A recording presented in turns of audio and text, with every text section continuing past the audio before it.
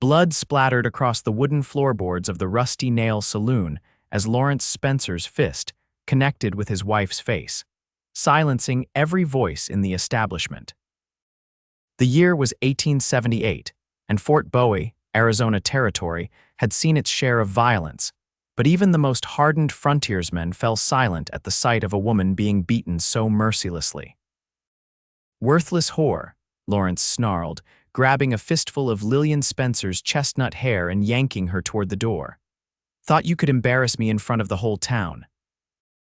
Her delicate features were already swelling, blood trickling from her split lip as she struggled weakly against his iron grip. At 22, Lillian had already endured 3 years of marriage to a man whose charm had evaporated the moment the wedding vows were spoken.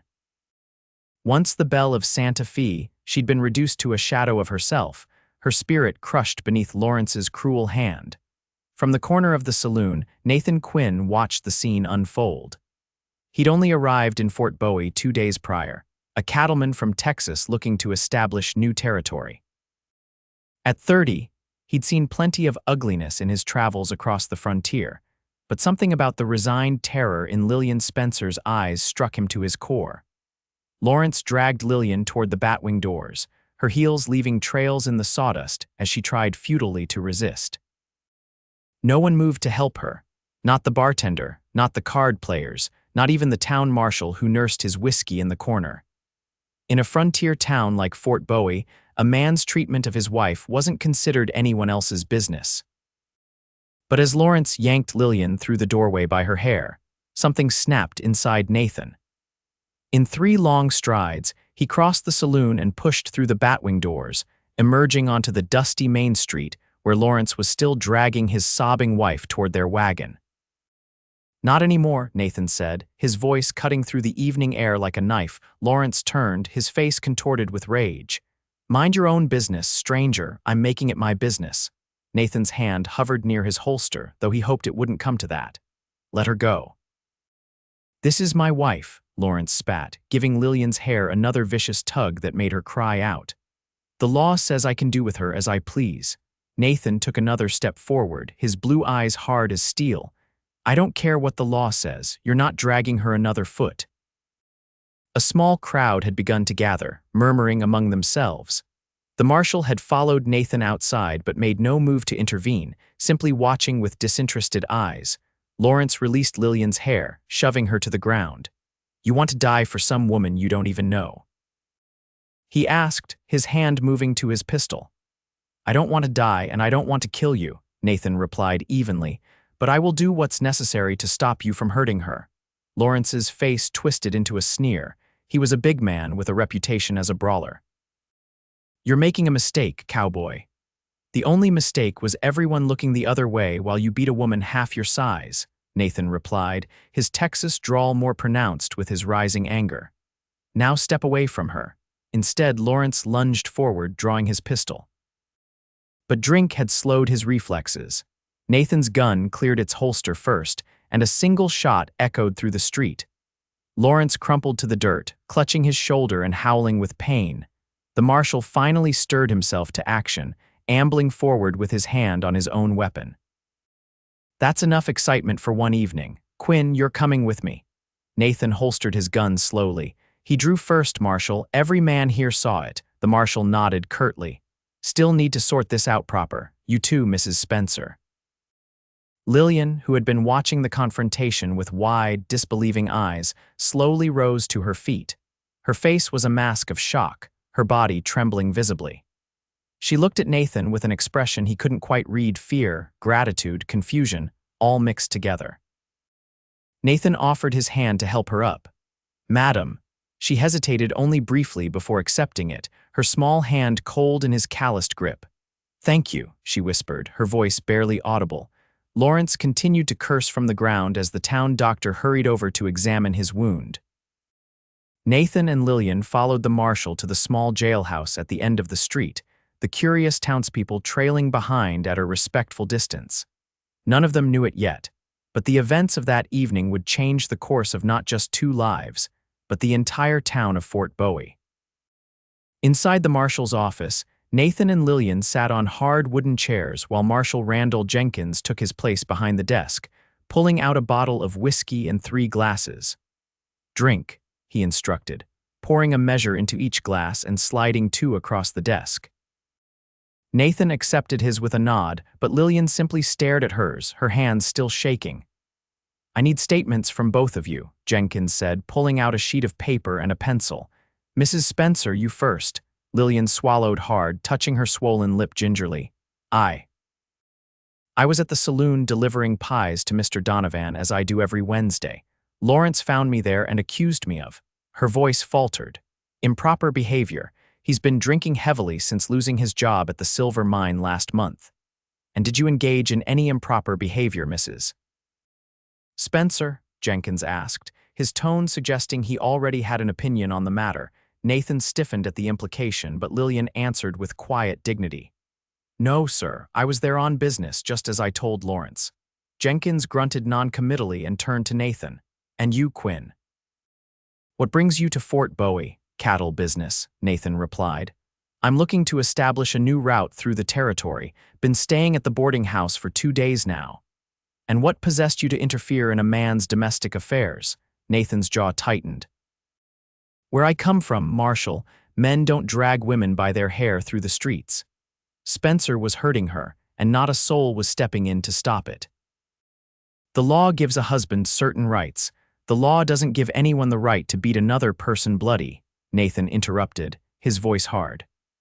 "And if that's what passes for justice in Fort Bowie, maybe I should take my business elsewhere."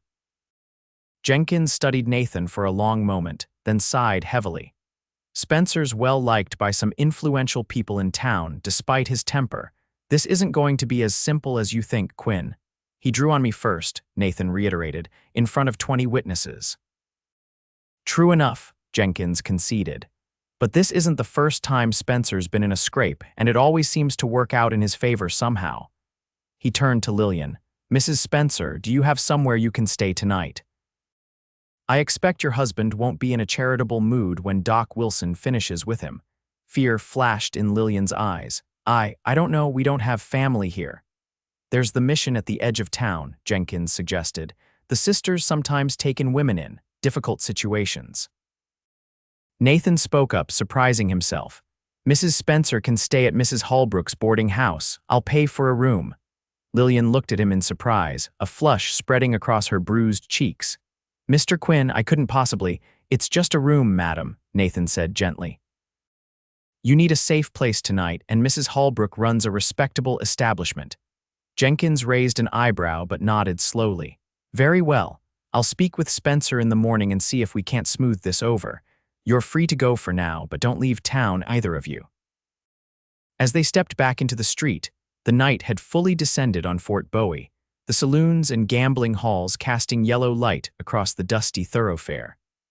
Lillian wrapped her arms around herself, looking small and vulnerable in the vast darkness of the frontier town. "I don't know how to thank you," she said softly as they walked toward the boarding house. "Lawrence will be furious when he recovers." Nathan's expression darkened. "With all due respect, Mrs. Spencer, your husband's fury isn't my primary concern right now. Your safety is." "You don't understand," Lillian said, her voice dropping to a whisper. "Lawrence has friends in this town, powerful friends. What you did tonight, he won't let it go." "I've dealt with men like Lawrence Spencer before," Nathan assured her. "Men who think their strength gives them the right to brutalize others." They reached the boarding house, a tidy 2-story building with lace curtains visible in the windows. Mrs. Holbrook, a widow in her 50s with iron gray hair and a no-nonsense demeanor, answered Nathan's knock promptly. Her eyes widened at the sight of Lillian's battered face. "Good heavens, come in at once." Once inside, Mrs. Holbrook bustled about, bringing warm water, clean cloths, and a jar of salve for Lillian's injuries. Nathan explained the situation as delicately as possible, and Mrs. Holbrook nodded grimly. "I've seen the way Lawrence Spencer treats you, child," she told Lillian as she gently cleaned the blood from her face. "It's a shame and a disgrace. You're welcome here as long as you need." Nathan paid for a week's lodging in advance, ignoring Lillian's protests. "Consider it a loan if your pride won't let you accept it as a gift," he he said. "You can repay me when you're back on your feet." Mrs. Holbrook showed Lillian to a small but comfortable room on the second floor, and Nathan bid them both good night, retiring to his own quarters across the hall. Sleep didn't come easily that night. Nathan lay awake, staring at the ceiling, replaying the events at the saloon. He hadn't planned to stay long in Fort Bowie, just enough time to make some business connections and move on. Now he'd shot a man and become entangled in a domestic dispute that clearly had roots deeper than he understood. And yet, when he closed his eyes, all he could see was Lillian Spencer's face, the mixture of terror and resignation in her eyes as her husband dragged her through the saloon. Something about her had called to him, awakened a protective instinct he hadn't known he possessed. Across the hall, Lillian too lay awake, her body aching from the bruises Lawrence had inflicted. For 3 years, she had endured his rages, his accusations, his fists. Not once had anyone intervened. Not once had anyone suggested she deserved better, until tonight.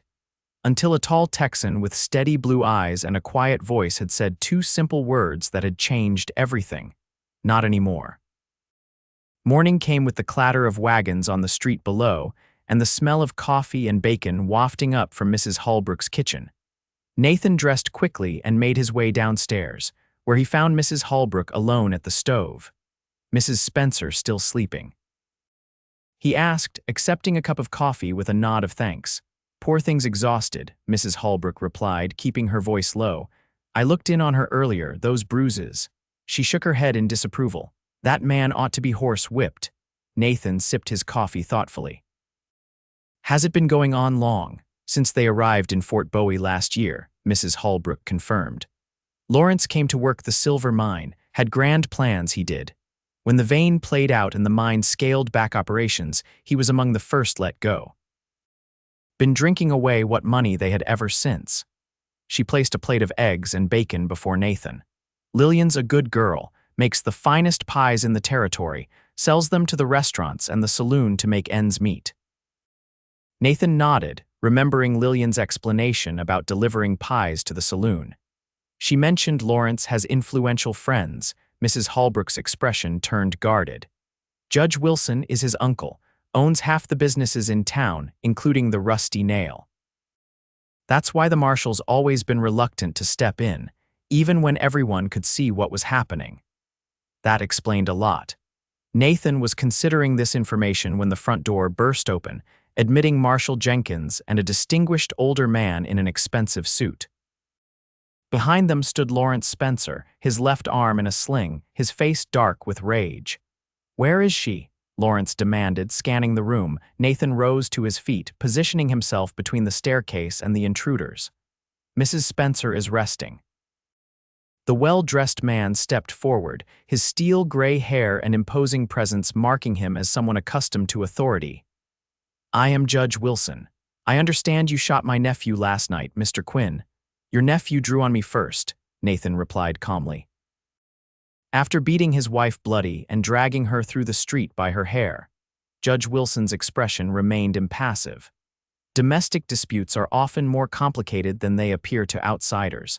I'm sure once tempers cool, this unfortunate incident can be resolved peacefully. "There's nothing complicated about a man twice the size of his wife using her as a punching bag," Nathan countered. Lawrence lunged forward, only to be restrained by Jenkins. "You sanctimonious bastard, you have no idea what that woman is capable of." "That's enough," Jenkins warned, though it wasn't clear whether he was addressing Lawrence or Nathan. "Judge Wilson has proposed a solution that should satisfy all parties." "I'm listening," Nathan said, though his posture remained defensive. Judge Wilson cleared his throat. "My nephew acknowledges that his temper got the better of him last night. He's willing to forgive the shooting as self-defense, provided Mrs. Spencer returns home with him immediately. No charges will be filed, and we can all put this unpleasantness behind us." Nathan's expression hardened. "And if Mrs. Spencer doesn't want to return with him?" "That's not your concern," Lawrence spat. "She's my wife." "She's also a human being with the right to decide for herself," Nathan replied. "I believe that should be my decision," came a soft voice from the staircase. All eyes turned to see Lillian standing on the bottom step. The morning light streaming through the windows illuminated her bruised face in stark detail, making Lawrence's handiwork impossible to ignore. She had changed into a clean dress borrowed from Mrs. Holbrook, though it hung loosely on her slender frame. "Lillian," Lawrence began, his tone suddenly conciliatory. "You know I didn't mean to hurt you. I was just upset."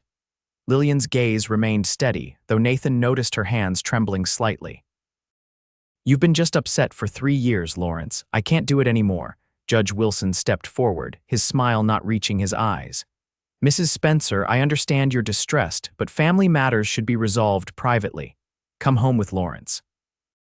I give you my word he'll seek help for his difficulties." "Your word meant little the last 3 times I came to you with bruises," Lillian replied quietly. The judge's facade of benevolence slipped momentarily. "You would do well to remember your position in this community, young woman. Without Lawrence, you have nothing and no one. She has me," Mrs. Holbrook declared, moving to stand beside Lillian. "And I suspect she has Mr. Quinn as well." Nathan nodded, his eyes never leaving Judge Wilson's face. "Mrs. Spencer is welcome to my protection for as long as she needs it." Lawrence lunged forward again, breaking free of Jenkins's grip this time. "You son of a bitch, you think you can steal my wife and get away with it?" "No one is stealing anyone," Nathan replied evenly. "Mrs. Spencer is making her own choice." Judge Wilson's expression had turned calculating. "Marshal Jenkins, I believe we have a case of adultery here. Perhaps you should arrest both Mrs. Spencer and Mr. Quinn while we investigate." Jenkins looked uncomfortable. "Judge, I didn't see any evidence of." "Why else would a man defend another man's wife so vehemently?" Wilson interrupted. "It's clear what's happening here." "What's happening?" Nathan said, his voice deadly quiet, "is that you're trying to intimidate a woman into returning to an abusive situation, and I won't allow it." The tension in the room was palpable. Lawrence glared at Nathan with undisguised hatred, while Judge Wilson seemed to be reassessing the situation, perhaps realizing that the Texan wasn't going to be easily cowed. Finally, the judge nodded curtly. "Very well. Mrs. Spencer, you have 24 hours to reconsider your position. After that, I can't guarantee what consequences might follow." He turned to Lawrence. "Come, nephew, we'll resolve this another way." After they departed, Marshal Jenkins lingered, looking troubled. "Quinn, you're stirring up a hornet's nest here. Wilson practically runs this town." "Someone needed to stand up to them," Nathan replied. "Will you really arrest us on false charges if Wilson pushes it?" Jenkins sighed heavily. "I don't want to, but my badge comes from his appointment. Just be careful, both of you." With that, he tipped his hat and left Mrs. Holbrook immediately began bolting the door behind him. "Well, that's torn it. Judge Wilson doesn't make idle threats. You two need to decide what you're going to do, and quickly." Lillian sank into a chair, looking overwhelmed. "I never meant to drag anyone else into my problems." "Mr. Quinn, you should leave Fort Bowie while you can. Lawrence and his uncle won't rest until they've punished you for interfering." Nathan pulled out a chair across from her. "Mrs. Spencer, I'm not in the habit of walking away from people who need help, but Mrs. Holbrook is right, we need a plan." "You could both leave," Mrs. Holbrook suggested. "The stage coach to Tucson leaves at dawn tomorrow." Lillian looked up sharply. "Leave, but this is my home. Everything I have is here." "What do you have exactly?" Nathan asked gently. "From what I've seen, you have a husband who beats you and his uncle who enables him. Is there anything truly keeping you in Fort Bowie?" Lillian fell silent, considering his words. Finally, she spoke, her voice barely above a whisper. "Freedom. The idea that I could make my own choices. If I run now, I'll always be running." Nathan nodded, a new respect dawning in his eyes. "Then we don't run, we fight." "How?" Lillian asked. "Judge Wilson controls everything in this town, from the marshal to the newspaper." "Not everything," Mrs. Holbrook interjected. "He doesn't control the army. Fort Bowie wasn't just a town, it was a military installation, established to control the Apache Pass and protect settlers and travelers from raids. The fort itself sat on a hill overlooking the town, home to several companies of the U.S. cavalry. The army doesn't interfere in civilian matters," Nathan pointed out. "Usually not," Mrs. Holbrook agreed. "But Captain James Reynolds is an honorable man who despises bullies, and his wife, Margaret, is a close friend of mine." If anyone might be willing to provide protection while we sort this out, it would be them. Lillian looked doubtful. Why would they help me? They don't even know me. But they know Lawrence, Mrs. Holbrook said grimly. He was briefly employed at the fort as a civilian contractor before the mine hired him. There was an incident with one of the laundresses. Captain Reynolds hasn't forgotten it. A plan began to form. Mrs. Holbrook would visit the fort and speak with Margaret Reynolds, explaining the situation and seeking temporary sanctuary for Lillian. Nathan would remain in town, continuing his business as if nothing were amiss to avoid arousing suspicion. After nightfall, he would escort Lillian to the fort, where she would remain until a more permanent solution could be arranged. As Mrs. Holbrook prepared to leave for the fort, Lillian helped her gather supplies in the kitchen, her movements automatic after years of domestic service. "You're very kind to help me," Lillian said softly, measuring coffee into a tin for Mrs. Holbrook to take as a gift for the Reynolds. "You barely know me." "I know enough," Nathan replied from the doorway. "No one deserves what you've endured." Lillian kept her eyes on her task, a flush spreading across her cheeks that had nothing to do with her bruises. "Still, you've put yourself at considerable risk. Your business, your reputation. Some things are more important than business," Nathan said simply. "My father taught me that a man who won't stand up for what's right isn't much of a man at all." "Your father sounds like a wise man," Lillian observed, finally meeting his gaze. "He was," Nathan agreed, a shadow of old grief passing over his features. "He died defending our ranch from rustlers when I was 16. My mother followed him a year later consumption. He hadn't spoken of his parents in years and wasn't sure why he was sharing such personal details now with a woman he barely knew, except that wasn't quite true anymore.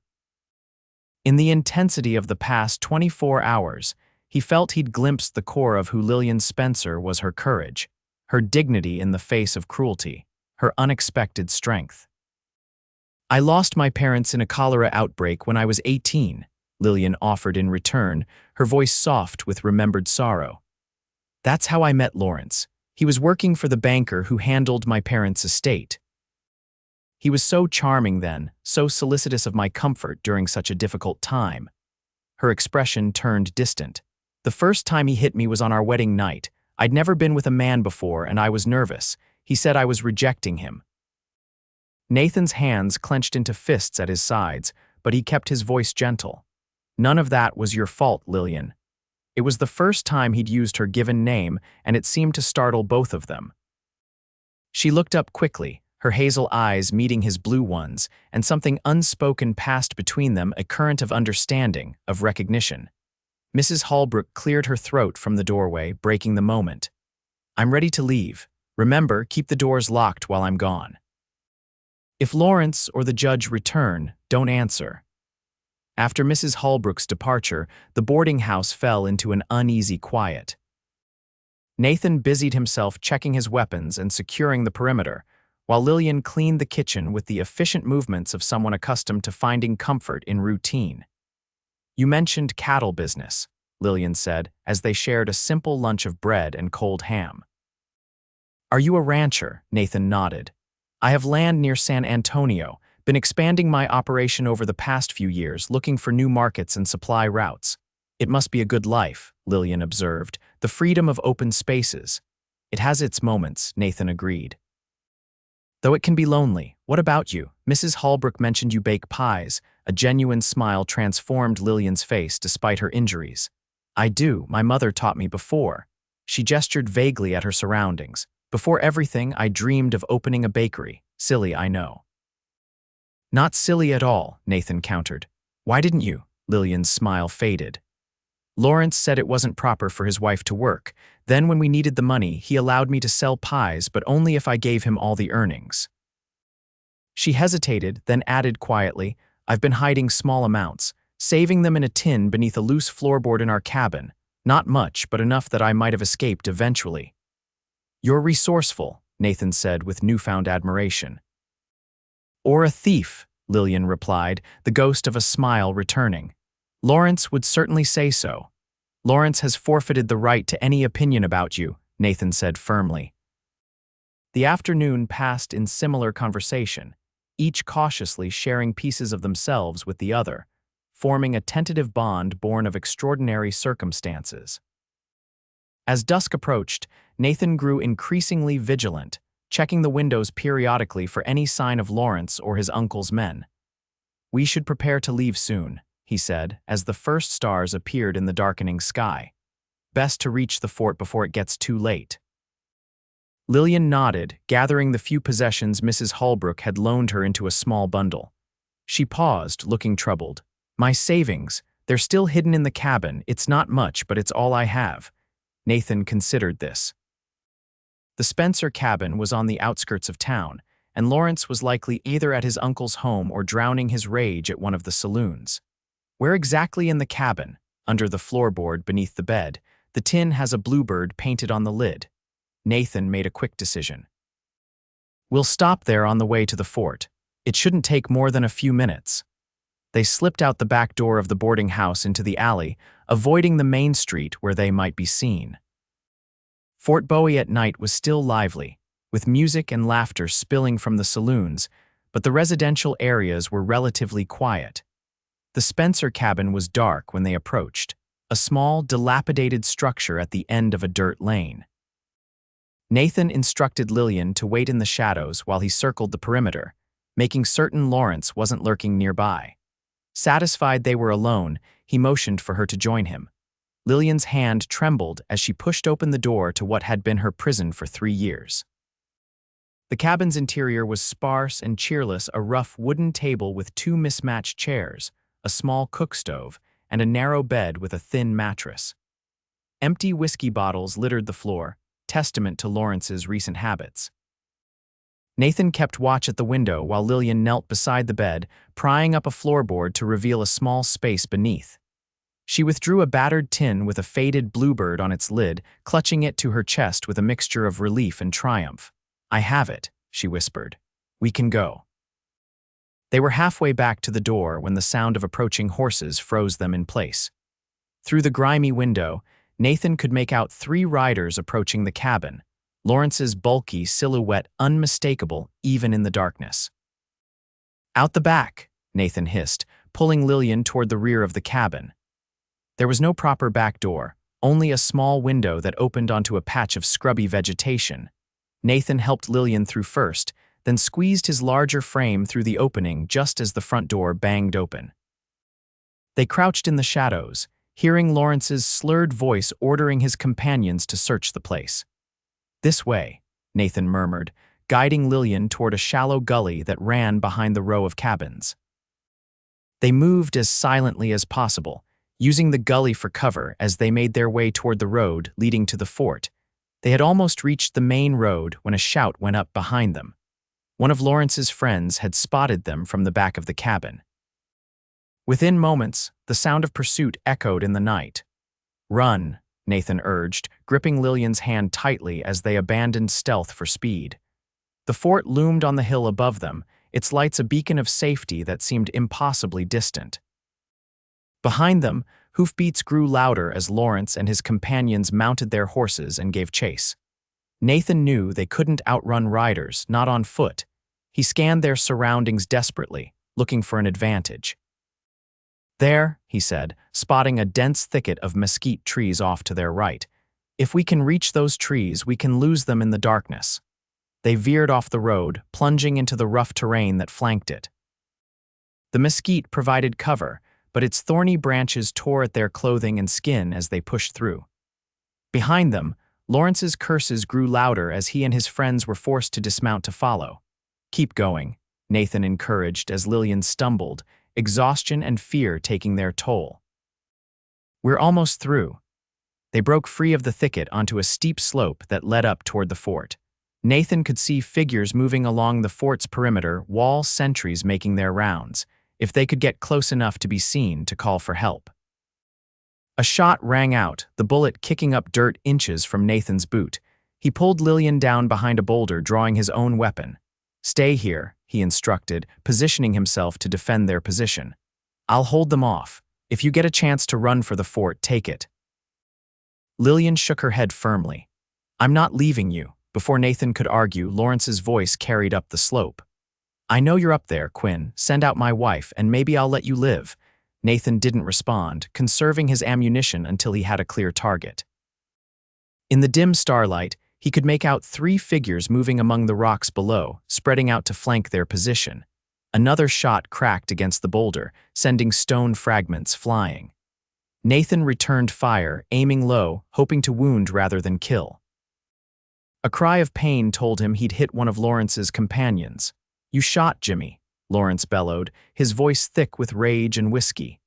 "I'm going to gut you for that, Quinn." The firefight continued for several minutes, the exchange of gunfire echoing across the hillside. Nathan was acutely aware of their precarious position, pinned down, outnumbered, with limited ammunition. Their only hope was that the sentries at the fort would hear the commotion and investigate. As if in answer to his thoughts, a new voice boomed from further up the slope. "This is Captain Reynolds of the United States Cavalry. Cease fire immediately." A flare shot into the night sky, illuminating the hillside in harsh white light. Nathan could now see Lawrence and his remaining companion clearly, as well as a third man clutching his leg on the ground. Above them, a detachment of soldiers was making its way down from the fort, rifles at the ready. Lawrence hesitated, visibly calculating his options. With a snarl of frustration, he fired one more shot in Nathan and Lillian's direction, before grabbing his injured friend and retreating down the slope, his remaining companion covering their withdrawal. Captain Reynolds and his men reached Nathan and Lillian moments later. The captain, a trim man in his 40s with a neatly trimmed mustache, surveyed them with concern. "Mrs. Spencer, Mr. Quinn, Mrs. Holbrook sent word you might be coming. We've been watching for you since sundown." "Thank you, Captain," Nathan said, helping Lillian to her feet. "Your timing is impeccable," Reynolds nodded grimly. "Let's get you both inside the fort. I suspect this isn't over." He was right. As they climbed the remaining distance to Fort Bowie's imposing gates, Nathan knew that Lawrence Spencer wasn't a man to admit defeat easily. And with Judge Wilson's influence behind him, the conflict was far from resolved. But for the moment, at least, they were safe. As the heavy wooden gates closed behind them, Nathan felt Lillian's hand slip into his, squeezing it gratefully. In that simple gesture was a promise whatever came next, they would face it together. Within the fort's walls, they were escorted to the commandant's house, where Mrs. Reynolds, a kind-faced woman with silver-streaked brown hair, waited with Mrs. Holbrook. The women immediately enfolded Lillian in their care, exclaiming over her injuries and the state of her torn clothing after their flight through the mesquite. Captain Reynolds led Nathan to his office, pouring them each a glass of whiskey. Mrs. Holbrook explained the situation. "It seems you've made some powerful enemies in a very short time, Mr. Quinn." "Not by choice," Nathan replied, accepting the drink gratefully, "but I couldn't stand by and watch a woman being abused." Reynolds nodded approvingly. "A sentiment I share, however, our position is complicated. Judge Wilson has already sent a message demanding I turn both of you over to Marshal Jenkins for questioning about the shooting incident tonight." Nathan tensed. "And will you?" "I've explained that as commanding officer of this fort, I have a responsibility to investigate any gunfire in the vicinity of a military installation," Reynolds said with a slight smile. "Such investigations can take time, particularly when they involve civilians." "How much time?" Reynolds' expression turned serious. "A few days at most. The Army doesn't involve itself in civil matters except under extraordinary circumstances. Judge Wilson knows this, and he'll find another approach soon enough." Nathan considered this. "A few days might be enough to formulate a more permanent plan, but only if they use the time wisely." "Captain, what do you know about Nevada mining law?" Reynolds looked surprised by the apparent non sequitur. "Not much. Why do you ask?" "I've been thinking about something Mrs. Spencer mentioned," Nathan explained. "About her husband working at the silver mine before being let go. If I understand correctly, Judge Wilson owns shares in that mine." "He owns shares in most profitable ventures around Fort Bowie," Reynolds confirmed. "Then I need to send some telegrams," Nathan said. "And I need to speak with Mrs. Spencer about exactly what her husband's role at the mine entailed." The captain raised an eyebrow but nodded. You can use the fort's telegraph office in the morning. In the meantime, quarters have been prepared for both you and Mrs. Spencer. I suggest you get some rest. Tomorrow may prove challenging." Nathan slept fitfully that night, his mind racing with half-formed plans and contingencies. The soldiers' quarters he'd been assigned were Spartan but comfortable, a far cry from the rough accommodations he was accustomed to on cattle drives. At dawn, he made his way to the mess hall, where he found Lillian already seated, deep in conversation with Margaret Reynolds. She looked better this morning, her bruises still vivid, but her eyes clearer, her posture straighter. She'd been given clean clothing that fit her better than Mrs. Holbrook's borrowed dress, and her hair was neatly braided down her back.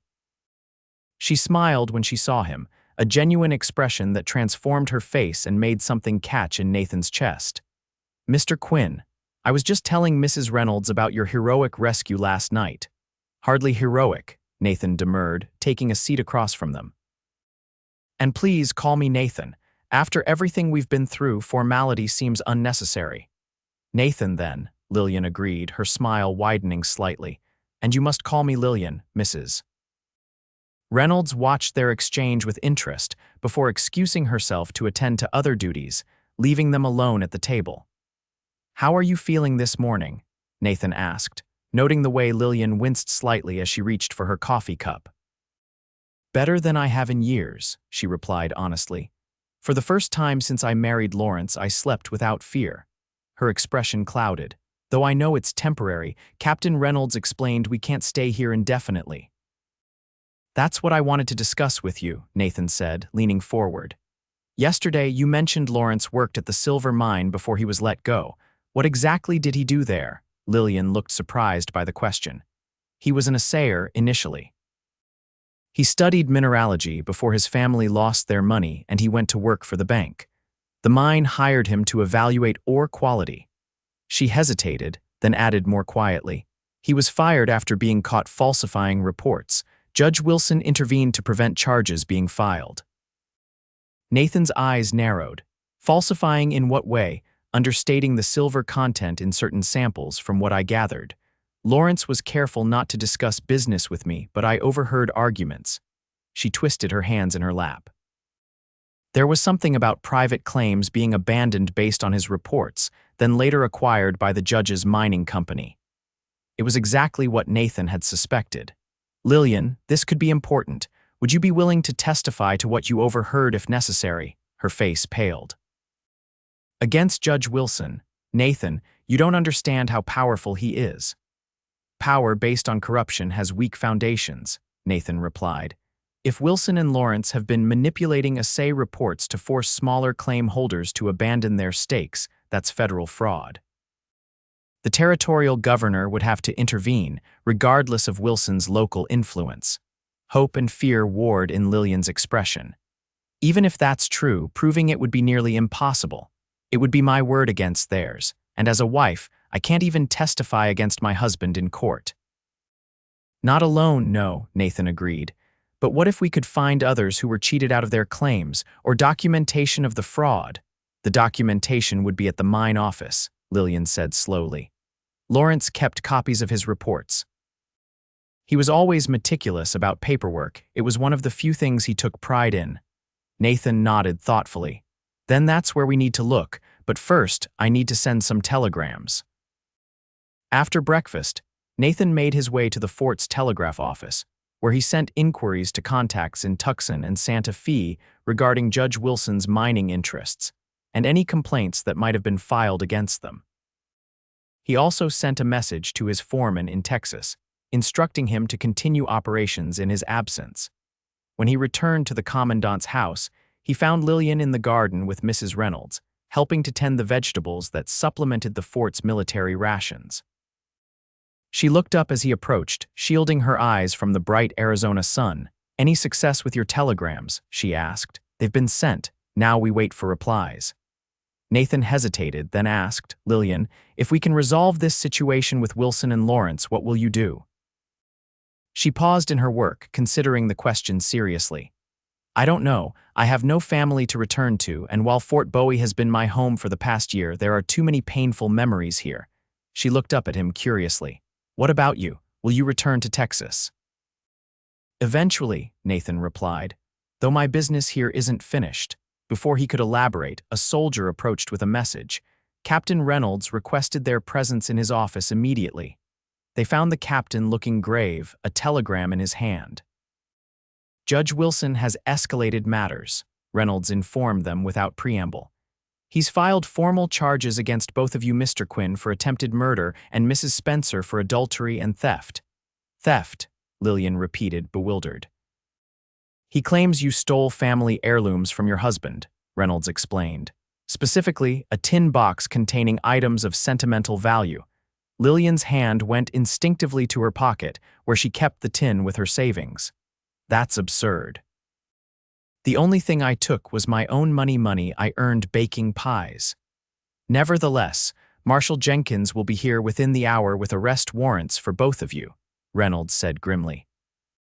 "As much as I might wish to, I cannot refuse to surrender civilians to lawful civil authority without risking my commission." Nathan's mind raced. "How much time can you give us?" Reynolds checked his pocket watch. "Jenkins won't reach the fort for at least 45 minutes. I can delay him at the gate with inspection formalities for perhaps another 15. 1 hour at most." It wasn't much time, but it would have to be enough. Nathan turned to Lillian. "We need to find evidence of the mine fraud now. Where exactly would Lawrence keep his reports?" "In his desk at the mine office," Lillian replied promptly. "But Nathan, the mine is on the other side of town. We'd have to pass right through Fort Bowie to reach it." "Not necessarily," Reynolds interjected. "There's an old Apache trail that runs behind the fort and loops around to the western approach to the mine. It's rough terrain, but it would keep you out of sight of the town." It was a desperate gamble, but they had no choice. Reynolds provided them with a rough map of the trail and a pair of horses from the fort's stables. Within minutes, they were riding hard along the narrow path that skirted the hills behind Fort Bowie. The trail was treacherous, winding through rocky outcroppings and steep ravines. Nathan led the way, impressed by Lillian's skillful handling of her mount despite the difficult conditions. The woman was continually revealing new depths of capability. They reached the silver mine just as the midday sun reached its zenith. The operation was modest by mining standards, a main shaft entrance with several outbuildings clustered around it, including a small office structure set slightly apart from the others. Nathan surveyed the scene carefully.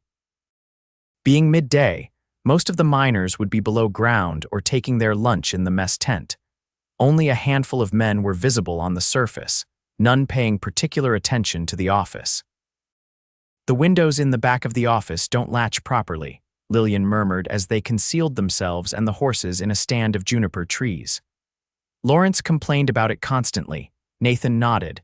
"I'll go, you stay with the horses." "No," Lillian said firmly. "I know exactly where he keeps his papers. It will be faster if I go." Before Nathan could argue, she had slipped away, keeping low and using the equipment sheds for cover as she approached the office from behind. Nathan watched tensely, his hand on his pistol, ready to create a diversion if needed. Lillian reached the back of the office unseen and, true to her word, easily worked one of the windows open. With surprising agility, she hoisted herself through the opening and disappeared inside. The minutes crawled by as Nathan maintained his vigil. 5 minutes. 10.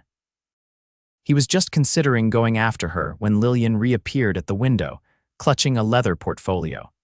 She made her way back to their hiding place with the same caution she had shown before. "I found them," she said breathlessly, opening the portfolio to reveal stacks of neatly organized papers.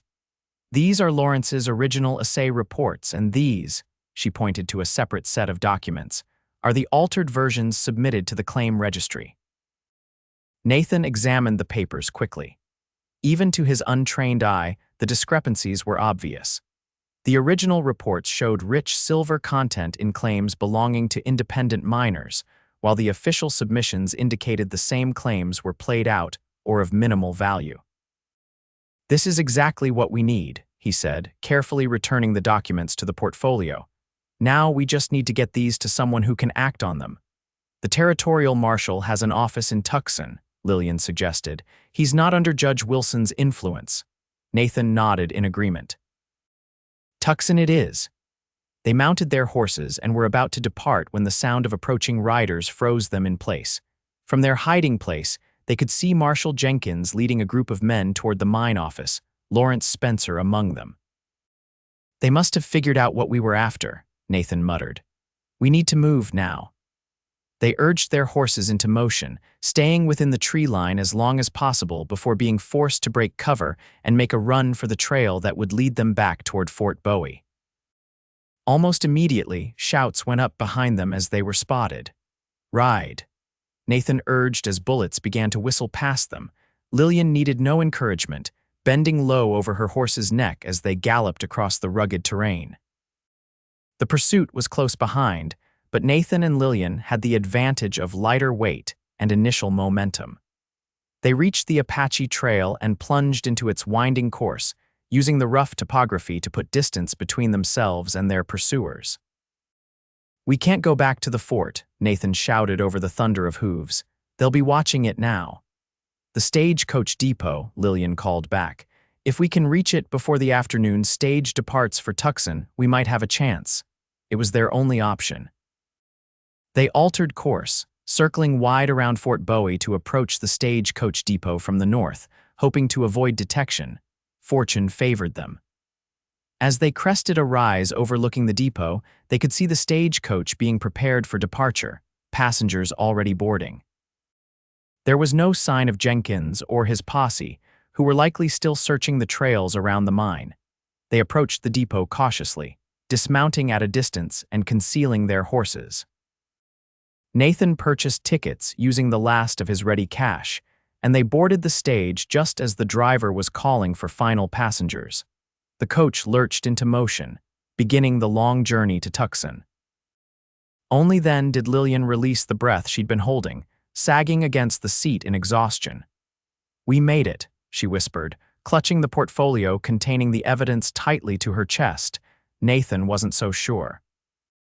Jenkins would figure out their destination quickly enough, and there was nothing stopping him from sending a telegram to Tucson alerting authorities there to arrest them upon arrival. But for now, they had gained a temporary reprieve. The stagecoach journey to Tucson normally took 2 days, with overnight stops at way stations along the route. Nathan and Lillian used the time to organize the evidence they had gathered, and to familiarize themselves with the details of the fraud.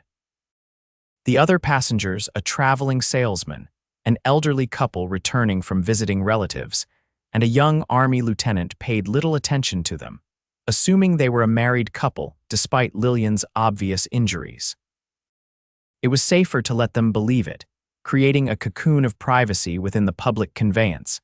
As the first day of travel drew to a close, the stagecoach pulled into a small way station consisting of a rough building that served as both tavern and lodging house.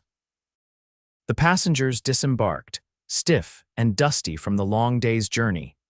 Nathan kept a watchful eye on the trail behind them as they took a table in the corner of the tavern for the evening meal. There had been no sign of pursuit thus far, but he couldn't shake the feeling that their escape had been too easy. His instincts proved correct. As they were finishing their simple dinner of beans and cornbread, the door to the way station burst open to admit Lillian Spencer and 2 unfamiliar men, all armed and dusty from hard riding. Nathan reacted instantly, overturning the table to provide cover and drawing his pistol.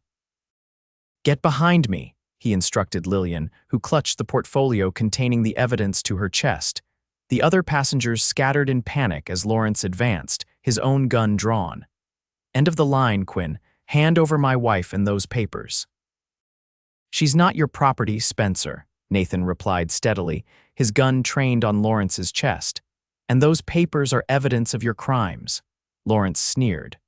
"My only crime was marrying a deceitful whore who'd spread her legs for the first man who showed her attention." He turned his venom on Lillian. "Did you really think you could escape me? You belong to me, Lillian, till death do us part, remember?" "The only thing I remember," Lillian said with quiet dignity, "is 3 years of fear and pain. It ends today, Lawrence." Lawrence's face contorted with rage. "You ungrateful," the rest of his insult was lost as he lunged forward, firing wildly. Nathan shoved Lillian toward the staircase that led to the upper floor while returning fire, his shot catching one of Lawrence's companions in the shoulder.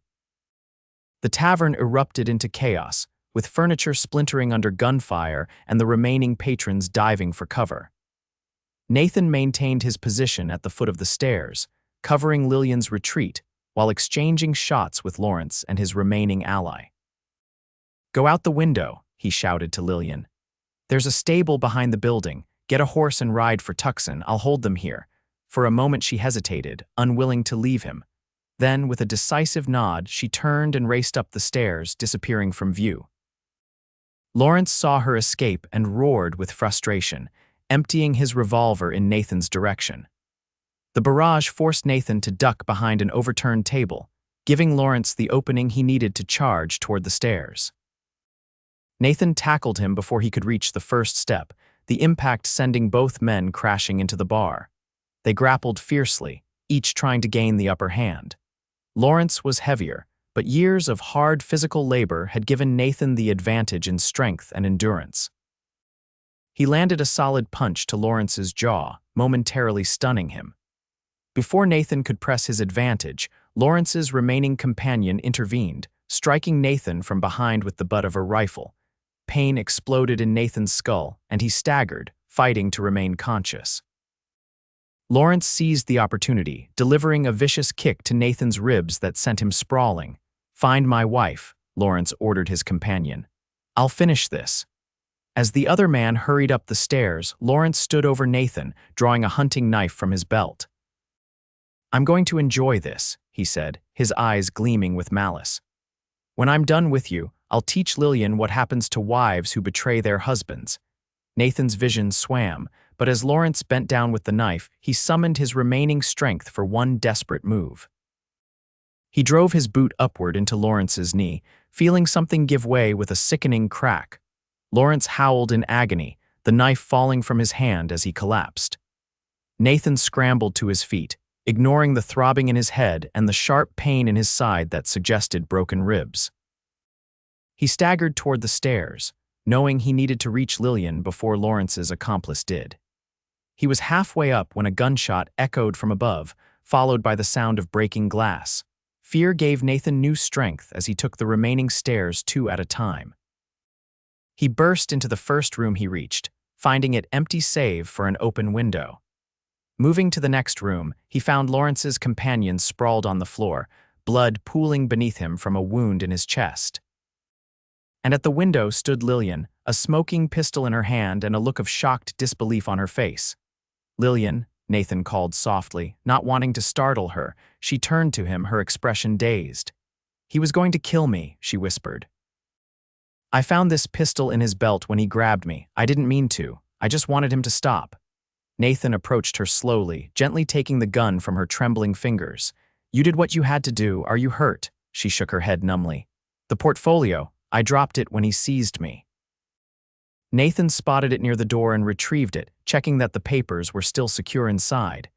"We need to leave now. Can you ride?" The question seemed to snap Lillian out of her shock. She straightened, a new resolve hardening her features.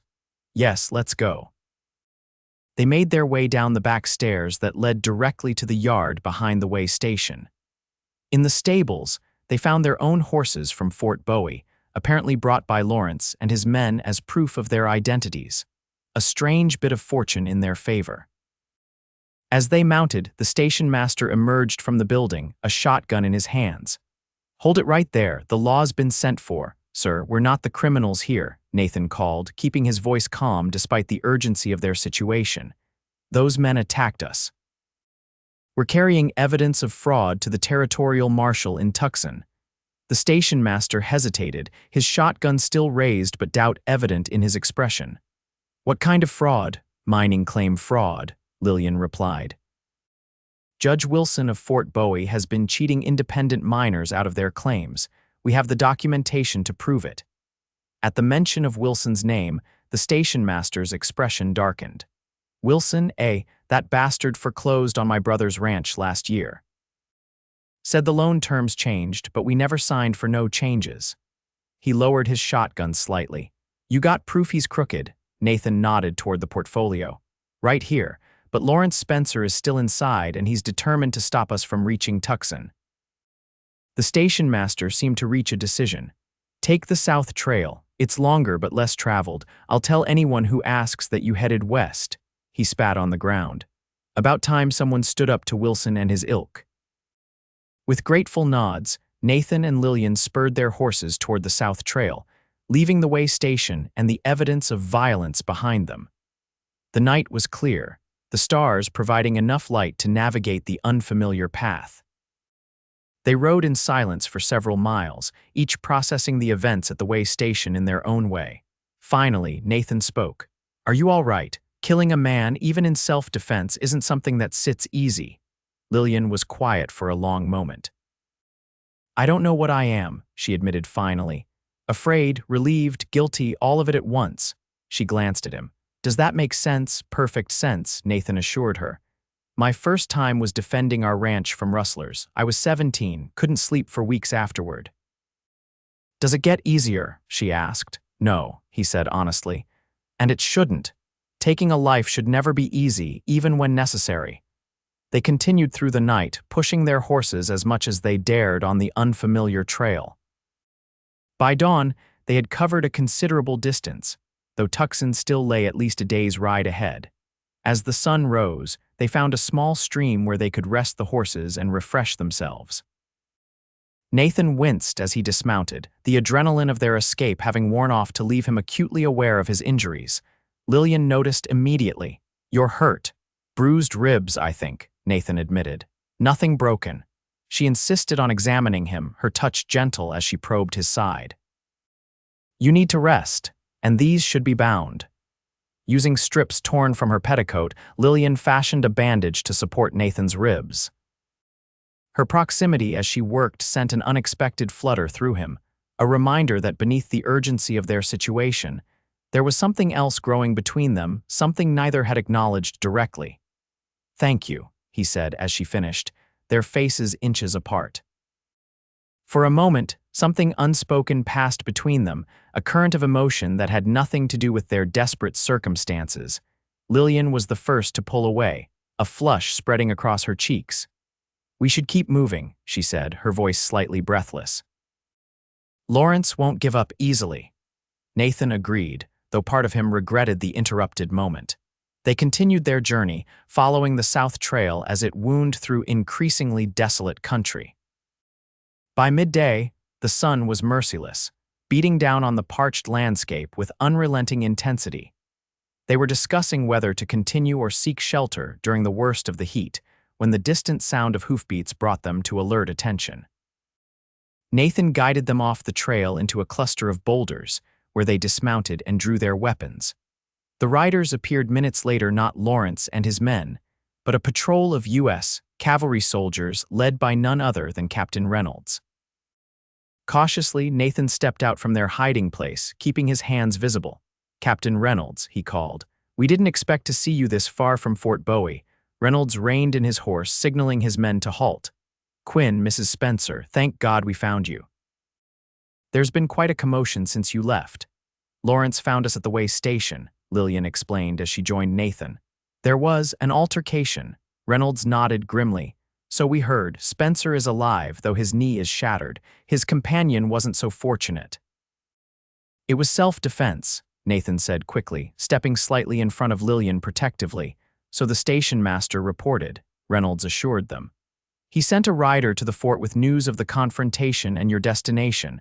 I gathered a patrol and set out immediately." "Why?" Lillian asked, confusion evident in her expression. "We're no longer under your protection." Reynolds dismounted, approaching them with a grave expression. "Because Judge Wilson issued orders for your immediate arrest and return to Fort Bowie dead or alive. He's claimed you murdered his nephew's business associate and stole valuable mining documents." Nathan's hand tightened on his weapon. "And are you here to carry out those orders, Captain?" "I'm here to ensure justice is served," Reynolds replied carefully. "And I'm not convinced that would happen if you were returned to Wilson's jurisdiction." Nathan studied the captain's face, searching for any sign of deception. "What are you proposing?" "My patrol will escort you to Tucson," Reynolds said. "There you can present your evidence to Territorial Marshal Harrington directly. He's a good man, not easily swayed by local influencers like Wilson." It was their best option. With cavalry escort, they stood a much better chance of reaching Tucson safely. And yet, Nathan couldn't help feeling there was something Reynolds wasn't telling them. "Why risk your career to help us, Captain?" he asked bluntly. Reynolds' expression darkened. "Because Judge Wilson has been poisoning Fort Bowie for years. My own adjutant was transferred after questioning one of Wilson's rulings. Good families have been driven out when they stood against him." He paused, then added more quietly, "And because no man with a shred of honor can stand by while a woman is treated as Mrs. Spencer has been." The sincerity in Reynolds' voice convinced Nathan. He nodded agreement, and they prepared to continue the journey to Tucson with the cavalry patrol providing protection. The remainder of the trip passed without incident, the presence of uniformed soldiers deterring any potential trouble. They reached Tucson late the following day, the territorial capital a welcome sight after their harrowing journey. Marshal Harrington's office was located in a substantial adobe building near the center of town. The territorial marshal himself was an imposing figure, tall and broad-shouldered, with a neatly trimmed gray beard and penetrating eyes that seemed to miss nothing. He listened without interruption as Nathan and Lillian presented their case, examining the documents from the portfolio with meticulous attention to detail. Captain Reynolds added his own observations regarding Judge Wilson's pattern of influence in Fort Bowie. When they had finished, Harrington leaned back in his chair, his expression thoughtful. "These are serious allegations against a sitting judge. If proven, they could result in not just removal from office but substantial prison time." "The evidence is there in black and white," Nathan pointed out. "The original assay reports compared to the falsified versions submitted to the claim registry." "Indeed," Harrington agreed, "and I'll need statements from both of you about how you came to possess these documents." He turned specifically to Lillian. "Mrs. Spencer, I understand your husband was involved in creating these falsified reports." Lillian nodded, her expression resolute. "Yes, sir, Lawrence was the mine's assayer. He altered the reports at Judge Wilson's instruction. I overheard them discussing it on several occasions." "And would you be willing to testify to that effect in court?" Harrington asked. "I would," Lillian replied without hesitation. "Though I understand that, as Lawrence's wife, my testimony against him may be limited." Harrington smiled slightly. "Normally, yes.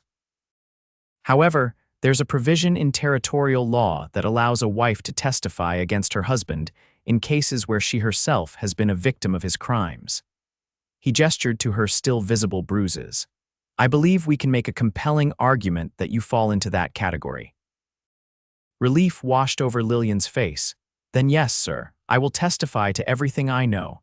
"Excellent." Harrington rose from his desk. "I'll need to consult with the territorial governor before proceeding. In the meantime, you'll both remain in Tucson under protective custody. Judge Wilson still has significant reach, and I won't risk your safety until this matter is resolved." They were provided with comfortable accommodations in a boarding house near the marshal's office, with deputies discreetly stationed nearby to ensure their security. For the first time since leaving Fort Bowie, they could relax, at least marginally. That evening, Nathan and Lillian shared a quiet dinner in the boarding house's dining room. The events of the past days had left them both exhausted, but there was also a sense of accomplishment, of having taken the first steps toward justice. "What happens after this?" Lillian asked as they lingered over coffee. "If Wilson is removed and Lawrence imprisoned?" "You'll be free," Nathan replied. "Free to go wherever you choose, do whatever you want." "Freedom," she murmured, testing the word as if it were a foreign concept. "I hardly know what that means anymore." Nathan studied her across the table, noting how the lamplight caught the auburn highlights in her hair, how her eyes seemed clearer now, unburdened by constant fear. "It means you can open that bakery you dreamed of, or travel, or simply live without looking over your shoulder." "And you?" she asked quietly. "Will you return to your ranch in Texas?" The question hung between them, laden with unspoken implications.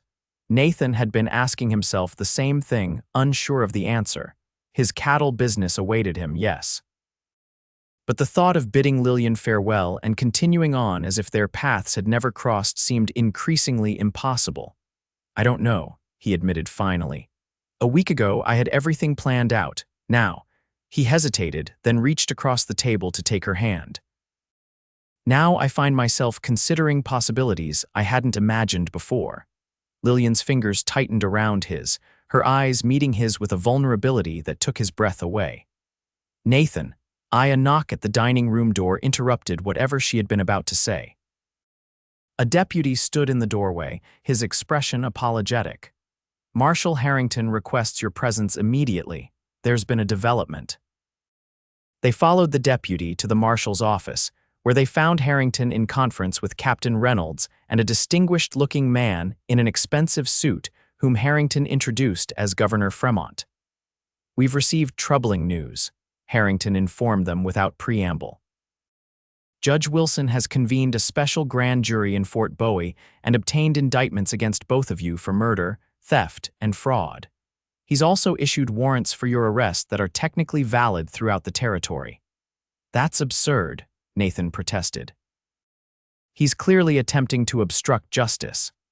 "Of course he is," Governor Fremont agreed, his voice carrying the cultivated tones of Eastern education. "And we have no intention of honoring those warrants. However, the situation has become more complex. Wilson has substantial political connections, including several territorial legislators who owe their positions to his support." "What are you saying?" Lillian asked, a tremor of fear returning to her voice. Harrington and the governor exchanged glances before Harrington replied. "We're saying that while the evidence you've provided is compelling, the legal process of removing Wilson from the bench and prosecuting him could take months, possibly years. During that time, you would both be in considerable danger. So we're just supposed to run." Nathan demanded, frustration evident in his tone. "Not run," the governor corrected. "Relocate, temporarily. Marshal Harrington will pursue the case against Wilson and your husband, Mrs. Spencer, but you would be safer outside the Arizona territory until matters are resolved." It wasn't the resolution they had hoped for, but Nathan understood the practicalities. Wilson's influence couldn't extend indefinitely, but it could make their lives extremely difficult and dangerous in the immediate future. "Where would you suggest we go?" he asked finally. "Texas," Harrington replied promptly. "You have property there, connections. Wilson has little reach beyond Arizona. You could return to your ranch while we build our case." Nathan glanced at Lillian, seeing the uncertainty in her expression. "And Mrs. Spencer?" "Would accompany you if she's willing," the governor said smoothly. "For her own protection, of course." The implication was clear, though delicately phrased to avoid impropriety. Nathan would provide sanctuary for Lillian until the legal matters were resolved. What that arrangement might entail or evolve into was left carefully unspoken. "I would need to file for divorce," Lillian said quietly. "I won't live in limbo, still legally bound to Lawrence while hiding from him." "Of course," the governor agreed. "The paperwork can be prepared immediately, citing cruelty and criminal conduct. Given the circumstances, I see no reason why it shouldn't be granted expeditiously." Arrangements were made rapidly after that. Divorce papers were drawn up and filed with the territorial court, with expedited processing promised by the governor himself. Nathan sent telegrams to his ranch, alerting his foreman to prepare for his return with a guest. Captain Reynolds and his patrol would escort them to the Texas border, ensuring their safe passage out of Arizona territory. From there, they would travel by stagecoach to San Antonio and then by private conveyance to Nathan's ranch. The night before their departure, Nathan found Lillian on the small balcony outside her room at the boarding house, gazing up at the stars that hung like lanterns in the clear desert sky. "Are you certain about this?" he asked, joining her at the railing. "Coming to Texas with me?" She turned to face him, her expression serene despite the uncertainty of their future. "I'm certain that I don't want to live in fear anymore. I'm certain that I want to discover who I am without Lawrence's shadow over me." She hesitated, then added softly, And I'm certain that, when you stepped between me and Lawrence that night in Fort Bowie, something changed inside me that can never be undone." Nathan's heart quickened at her words. Slowly, giving her every opportunity to pull away, he reached out to brush a strand of hair from her face. "Lillian, I want you to know that there are no expectations. My home is yours for as long as you wish, with no obligations attached." "I know," she replied simply. "That's why I trust you, Nathan, because you gave me a choice when everyone else was making decisions for me." He nodded, understanding the profound importance of that distinction. "We should get some rest. It's a long journey to Texas." As he turned to go, Lillian caught his hand. "Nathan." When he looked back, she rose on tiptoes and pressed a gentle kiss to his cheek. "Thank you for everything." The warmth of that simple gesture stayed with him long into the night, a promise of possibilities yet to unfold. The journey to Texas was arduous but uneventful. Captain Reynolds and his men accompanied them to the territorial border, as promised, where they bid farewell with assurances that justice would eventually be served in Fort Bowie. From there, stagecoaches and local conveyances carried them across the vast expanse of Texas to San Antonio, where Nathan's foreman met them with a wagon for the final leg to the ranch. Sunrise Ranch, as Nathan had named it, sprawled across 5,000 acres of prime grazing land 30 miles northeast of San Antonio. The main house was a substantial 2-story structure of native stone and timber, with wide verandas and tall windows that caught the breeze. "It's beautiful," Lillian breathed as they crested the final rise and the ranch came into view, golden in the late afternoon sunlight. "It's home," Nathan replied simply, a note of pride in his voice. "My father started with 500 acres and a dozen head of cattle. Everything else we built ourselves." As they approached the house, ranch hands and household staff emerged to welcome the returning owner. Nathan made introductions, explaining Lillian's presence with a simple statement that she was a friend who would be staying with them indefinitely. If anyone harbored questions or suspicions, they kept them to themselves, accepting Lillian with the straightforward hospitality characteristic of frontier households. Mrs. Abernathy, the housekeeper, showed Lillian to a comfortable bedroom in the east wing of the house, tactfully separate from Nathan's own quarters in the west wing. "You'll be wanting a bath after all that travel, miss," the older woman said kindly. "I'll have the girls bring up hot water directly." Left alone, Lillian surveyed the room that would be her sanctuary for the foreseeable future. It was larger than any space she had occupied since her parents' home, furnished simply but comfortably with a 4-poster bed, a dresser, a writing desk, and a small sitting area near the window. Fresh wildflowers stood in a vase on the dresser, a welcoming touch that brought unexpected tears to her eyes. For the first time since her parents' deaths, she felt safe. Truly, completely safe. Nathan, meanwhile, was reacquainting himself with the running of the ranch. His foreman, Michael Donovan, had managed capably in his absence, but there were always decisions that required the owner's attention. "The new breeding stock arrived from Kentucky," Donovan reported as they walked the property. "Fine animals, just as you expected. And the negotiations with the railroad are proceeding, though they're still quibbling over right-of-way across the north pasture." Nathan listened, making decisions and giving instructions, but part of his mind remained on the woman settling into his home. He had meant what he said about there being no expectations, and he had taken care to ensure her accommodations reinforced that message. And yet, he couldn't deny the growing attraction between them, the connection that had formed in the crucible of their shared ordeal.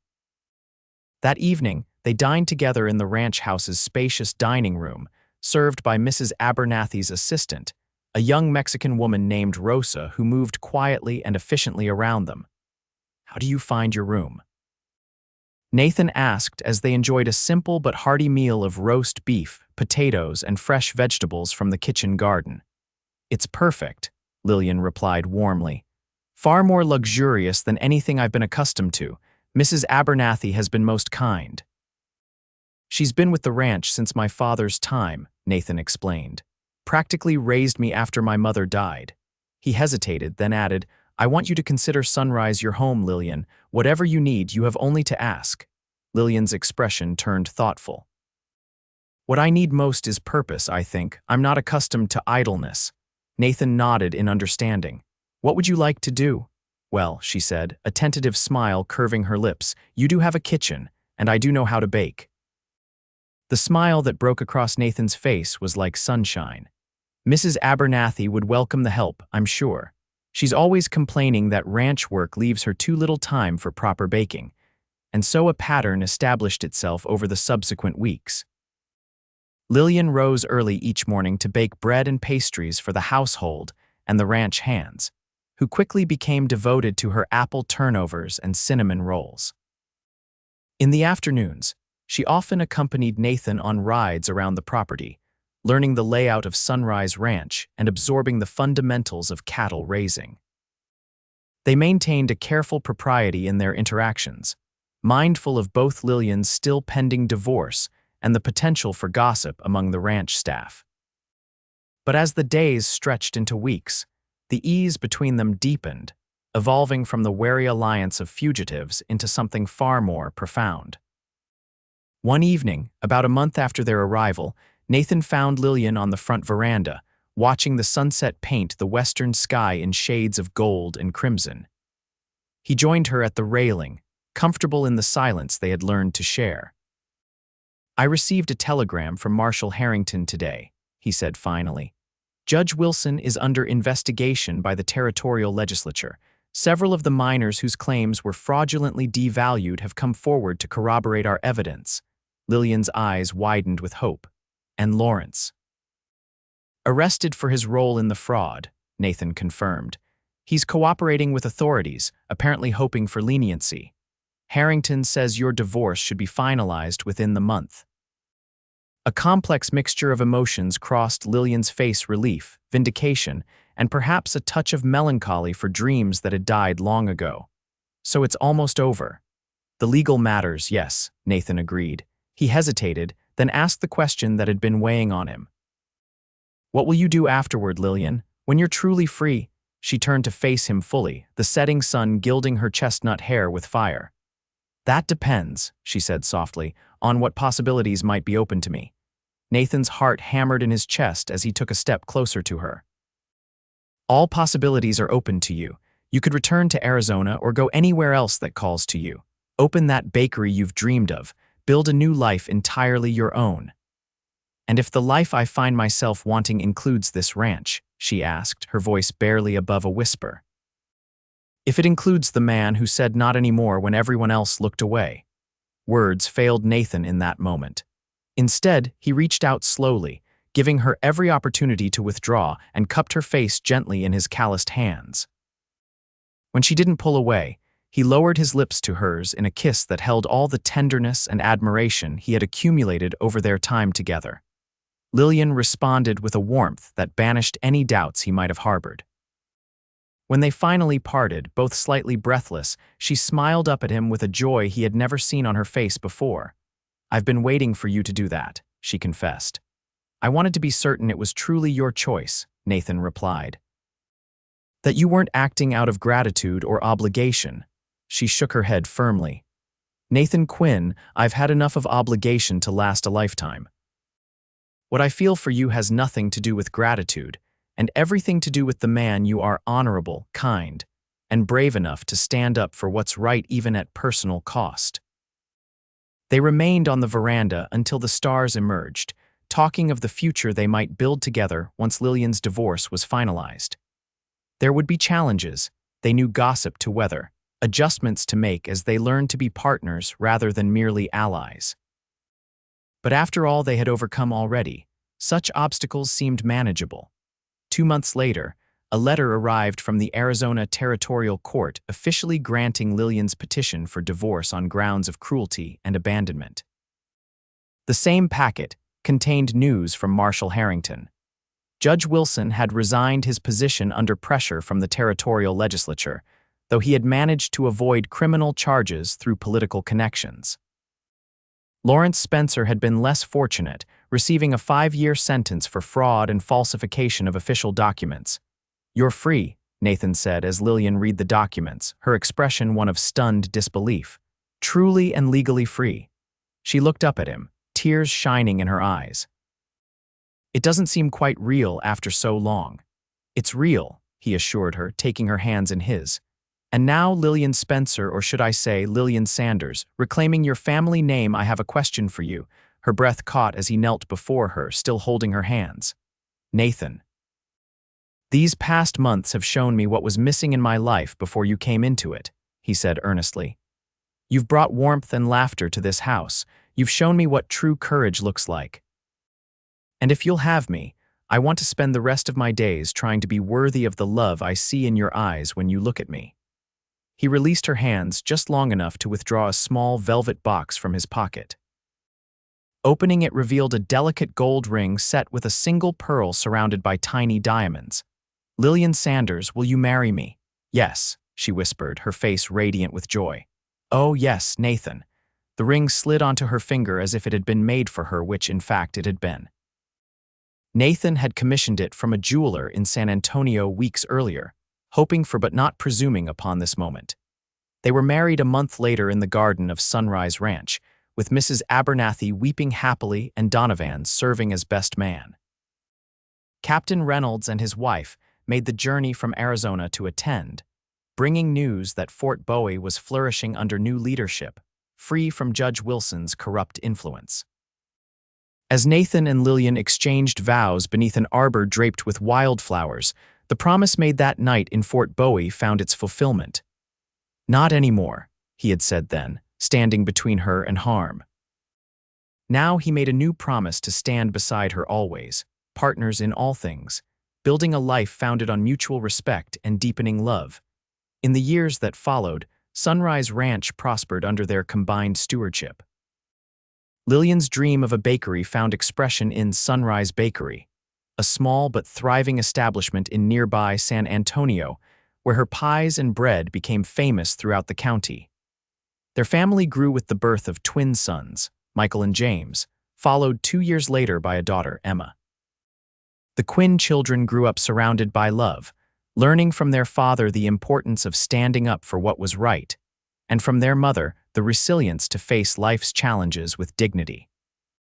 On their 10th wedding anniversary, Nathan presented Lillian with a special gift, a small silver locket containing miniature portraits of their children on one side and on the other, a tiny inscription, "Not anymore." Those two simple words, spoken in a moment of courage, had changed everything. "Do you ever regret it?"